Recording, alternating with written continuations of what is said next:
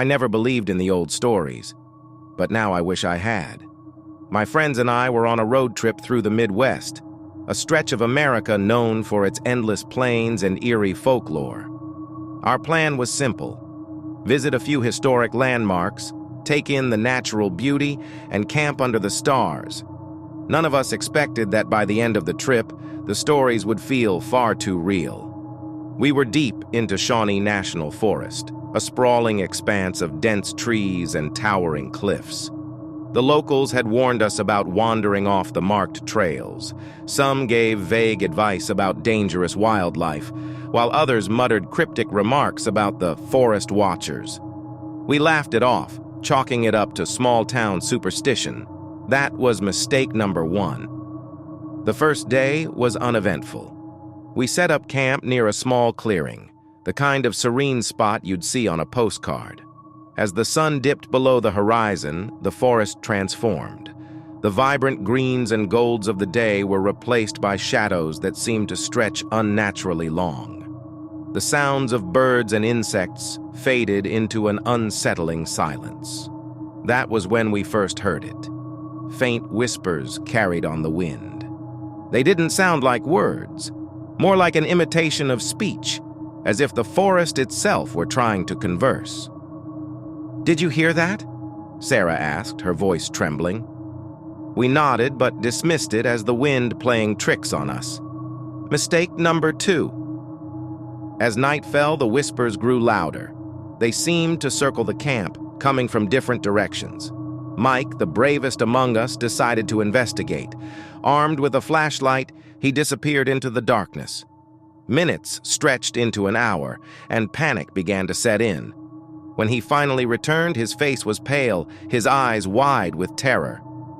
"There's something out there," he whispered. "Something watching us." We tried to press him for details, but he shook his head, muttering about shadows moving where they shouldn't. None of us slept that night. The next morning, we decided to pack up and leave.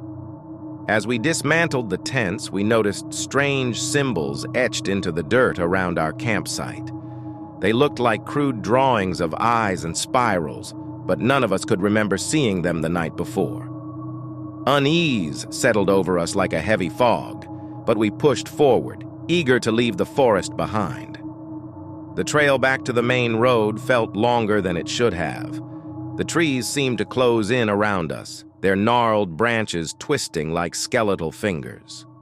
The whispers returned, louder and more insistent, accompanied by soft, mocking laughter. Every so often, we'd catch glimpses of movement in the periphery, shadows darting between the trees, too quick and too tall to be animals. Around midday, we stumbled upon an old, weathered cabin. It looked abandoned, the wood warped and rotting. Desperation drove us inside, hoping to find a map or some clue to guide us out.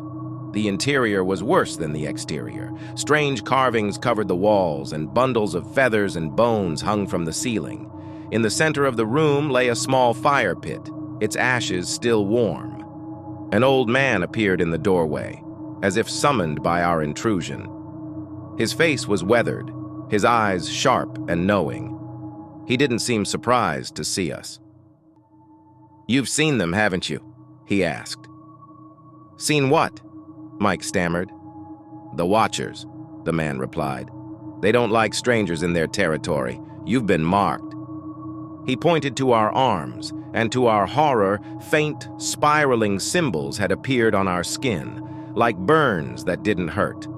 The man handed us a pouch filled with what he called protection dust and gave us a warning: "Don't look back, no matter what you hear." We ran from the cabin, clutching the pouch like a lifeline. The whispers turned into guttural growls, and the forest seemed alive, shifting and twisting to block our path. The temperature plummeted, and the air grew thick with the stench of decay. At one point, Sarah tripped and fell, scraping her knee. As we helped her up, we noticed the ground beneath her was covered in more of those strange symbols, glowing faintly. By the time we saw the edge of the forest, the sun was setting. The growls were deafening now, accompanied by the sound of heavy footsteps. Against every instinct, we resisted the urge to look back. When we finally broke through the tree line and stumbled onto the road, the noises stopped. The forest behind us was silent and still, as if nothing had happened. We made it back to civilization, but none of us have been the same since. The symbols on our arms faded, but the nightmares haven't. Sometimes I hear the whispers again, faint and teasing, as if they're reminding me that they're still watching. I never believed in the old stories, but now I know some warnings aren't meant to be ignored.